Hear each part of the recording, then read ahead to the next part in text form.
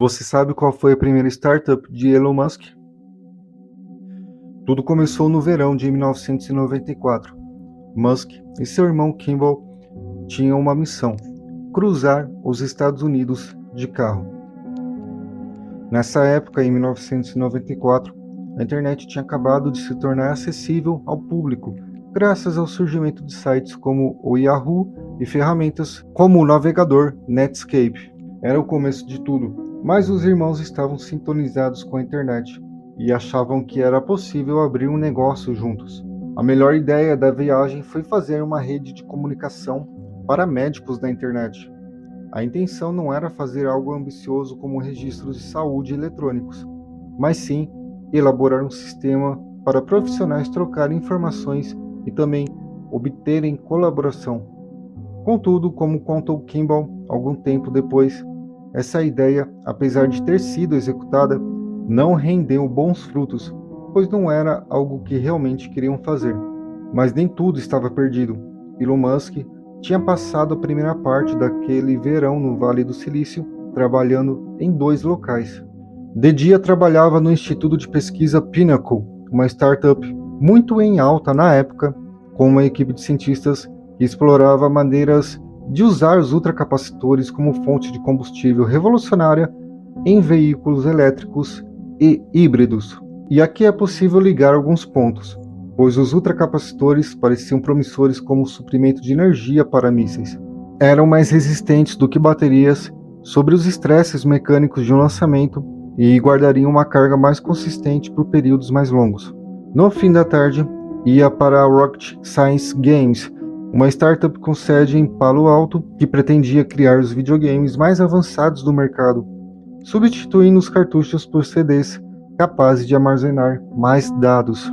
A teoria era que os CDs permitiriam dar aos jogos narrativas e qualidade de produção hollywoodianas. Uma equipe de elite, que envolvia engenheiros e profissionais do cinema, foi reunida então para realizar o trabalho nessa startup. Essa startup inclusive fez Musk sentir o gostinho do talento e da cultura que o Vale do Silício tinha a oferecer. Havia funcionários trabalhando no escritório 24 horas por dia e ninguém achava nem um pouco estranho que Musk chegasse todo dia às 5 da tarde para o seu segundo estágio. Peter Barrett, um engenheiro australiano que ajudou a abrir essa empresa, disse: "Nós o contratamos para escrever um código bem simples e de pouca relevância. Ele era imperturbável. Pouco tempo depois, acho que ninguém ficou responsável por orientá-lo, e ele acabou fazendo o que quis." Resumindo, pediram para que ele escrevesse os drivers que permitiriam aos joysticks e mouses comunicar-se com vários computadores e jogos. Como programador, Musk se considerava bom em codificar e assumiu por conta própria tarefas mais ambiciosas, como ele mesmo explicou depois. "Eu estava basicamente tentando descobrir como poderia ter um aparelho multitarefa, que lesse vídeo no CD e executasse um jogo ao mesmo tempo. Na época, podia-se fazer um ou outro. Era um pouco complicado montar a programação." Musk encontrou, no Vale do Silício, a riqueza de oportunidades que vinha procurando em um lugar à altura de suas ambições. Tanto que ele voltou 2 verões seguidos e depois rumaria para o oeste, em definitivo após obter 2 diplomas na Universidade da Pensilvânia. Como se sabe, Musk deixou Stanford após 2 dias de aula, achando que o chamado da internet era muito mais irresistível do que parecia ser. Ele persuadiu seu irmão, Kimball, a também se mudar para o Vale do Silício. Assim, os dois conquistariam a internet juntos. As primeiras ideias para o negócio da internet vieram durante os estágios. Um vendedor de páginas amarelas tentava vender a ideia de um registro online para completar as informações de cada empresa naquele catálogo.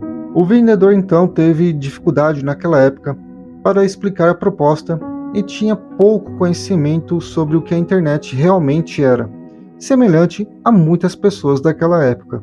Mas a abordagem do vendedor deixou Elon Musk pensativo.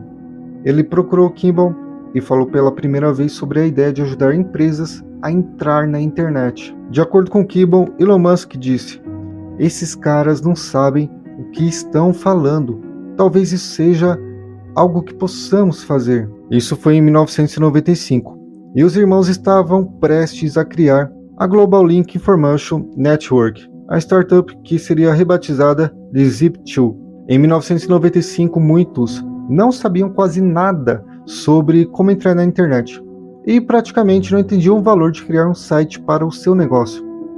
Musk e seu irmão esperavam convencer restaurantes, lojas de roupas, cabeleireiros e outros negócios de tornar sua presença conhecida pelo público que navegava na internet era sim muito importante, tanto para o presente daquela época e principalmente para o futuro.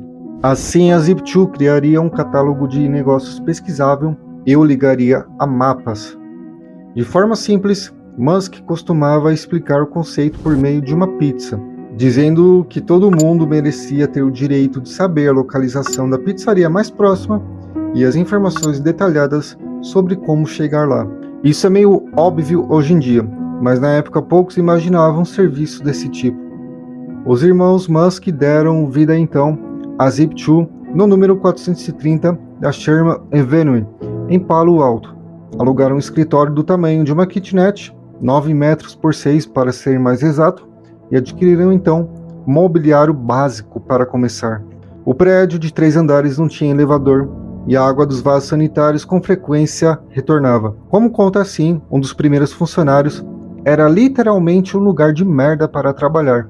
Musk fez sozinho toda a codificação original por trás do serviço, enquanto o mais afável Kimball cuidava de reforçar a operação de venda de porta em porta. Em seguida entrou em contato com Navteq, uma empresa que gastara centenas de milhões de dólares para criar mapas e percursos digitais que podiam ser usados nos primeiros mecanismos de navegação estilo GPS, e conseguiu assim uma pechincha magistral. Telefonamos e eles nos deram a tecnologia de graça, disse Kimball. Musk fundiu os 2 bancos de dados para montar e colocar em funcionamento um sistema rudimentar. Logo no começo, os irmãos receberam um apoio modesto do próprio pai. Elon Musk deu $28 mil aos filhos para ajudá-los nesse período. Porém, eles estavam mais ou menos quebrados depois de conseguir o espaço do escritório, licenciar o software e comprar assim também alguns equipamentos necessários. Nos primeiros 3 meses de vida da Zip2, os 2 moraram no escritório. Tinham um pequeno armário no qual guardavam roupas e tomavam banho em uma associação cristã.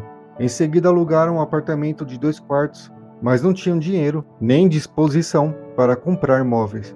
Então havia apenas 2 colchões. Musk de algum modo convenceu um jovem engenheiro sul-coreano a trabalhar na Zip2 como estagiário em troca de casa e comida. Como Kimball contou, o pobre garoto achou que ia trabalhar numa grande empresa. Acabou morando conosco e não tinha a menor ideia do que estava se metendo. A Zip2 podia ser uma empresa de internet moderna voltada para a era da informação. Porém, para tirar do papel, foi preciso um esquema de venda de porta em porta. Os estabelecimentos precisavam ser convencidos dos benefícios da internet e cativados a pagar pelo desconhecido. Em outras palavras, as chances eram mínimas, a realidade era desconfortável e eles tinham que fazer o que era impossível. No fim de 1995, os irmãos Musk começaram a fazer suas primeiras contratações e a formar uma equipe de vendas. Parecia que o negócio estava evoluindo, mas Musk nunca saía do escritório. Enquanto Musk trabalhava na codificação como se estivesse possuído, Kimball se tornava um entusiasmado líder de vendas. O grande problema era que ninguém estava assinando o serviço. Por várias semanas bateram de porta em porta e voltaram para o escritório com poucas boas notícias. As respostas mais agradáveis vinham daqueles que diziam que propaganda na internet parecia a coisa mais estúpida da qual já tinham ouvido falar. Os irmãos Musk, nessa altura do campeonato, parece que haviam se acostumado a ouvir os relatos deprimentes sobre as vendas. O que mantinha os funcionários animados eram as contínuas melhorias feitas por Musk no software da Zip2. O serviço deixou de ser um protótipo para se tornar um produto de verdade, que podia inclusive ser usado e demonstrado. No início da aventura da Zip2, Musk ganhou um confidente importante, Greg Cory. O empresário canadense de 30 e poucos anos conheceu os Musk em Toronto e participou dos primeiros brainstorms para Zip2. No início de 1996, ele se mudou para a Califórnia e ingressou na Zip2 como cofundador. Cory, que fizera várias transações de imóveis e tinha também experiência em negócios e habilidade para ler pessoas, desempenhou um papel de supervisão adulta na Zip2. Greg era uma das poucas pessoas que Elon escutava e também tinha uma maneira de contextualizar as coisas para ele. O canadense tinha o dom de acalmar Elon e acabou se tornando uma espécie de mentor. Ele sofreu um ataque cardíaco em 2012 e faleceu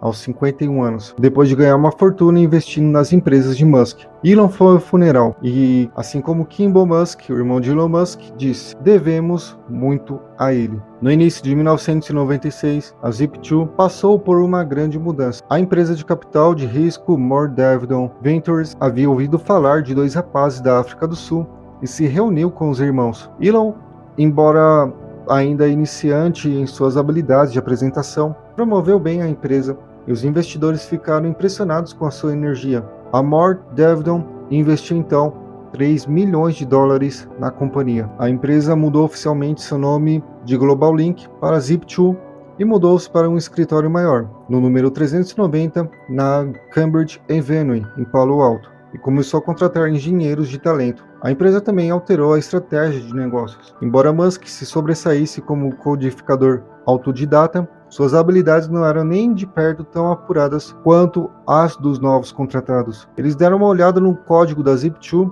e começaram a reescrever a maior parte do software. Musk encrespou com algumas mudanças, porém os cientistas da computação precisaram de apenas uma fração das linhas de código que Elon usara para fazer o trabalho. Tinham a habilidade para dividir projetos de software em pedaços que podiam ser alterados e aprimorados. Os engenheiros também implementaram uma estrutura de trabalho mais aprimorada e prazos realistas para o grupo de engenharia. Esta foi uma mudança bem-vinda até em relação ao método de Musk, que era estabelecer prazos otimistas demais e depois tentar fazer os engenheiros trabalharem sem parar dias a fio para cumprir os objetivos. A Zip2 teve sucesso com os jornais. O The New York Times e outros grandes nomes da mídia contrataram seus serviços. Algumas dessas empresas contribuíram com $50 milhões em financiamentos adicionais para Zip2. Serviços com classificados online grátis começavam a surgir e jornais precisavam de uma mudança. A Zip2 registrou seu slogan "We Power the Press", ou seja, nós fortalecemos a imprensa, e a entrada de dinheiro manteve seu rápido crescimento. Mas Musk se irritou por a Zip2 ter se tornado um player de bastidores para os jornais. Ele acreditava que a empresa poderia oferecer serviços interessantes diretamente aos consumidores e incentivou a compra do nome de domínio Site.com, na esperança de torná-lo um destino para o consumidor. Contudo, a sedução do dinheiro das empresas de mídia manteve o conselho numa abordagem conservadora, e eles decidiram deixar para depois a preocupação com a implementação do serviço direto ao consumidor. Em fevereiro de 1999, a fabricante de computadores Compaq Computer ofereceu $307 milhões em dinheiro pela empresa. O conselho aceitou a oferta. A empresa alugou um restaurante em Palo Alto e fez uma festa enorme. Musk e Kimball saíram com $22 milhões e $15 milhões, respectivamente, e Musk jamais cogitou a ideia de ficar na Compaq. A venda da Zip2 incutiu em Elon Musk um novo tipo de confiança. Assim como os personagens de videogame que adorava, ele havia passado de uma maneira ou outra de fase. Havia solucionado o enigma do Vale do Silício e se tornara o que todos na época queriam ser, um milionário.com.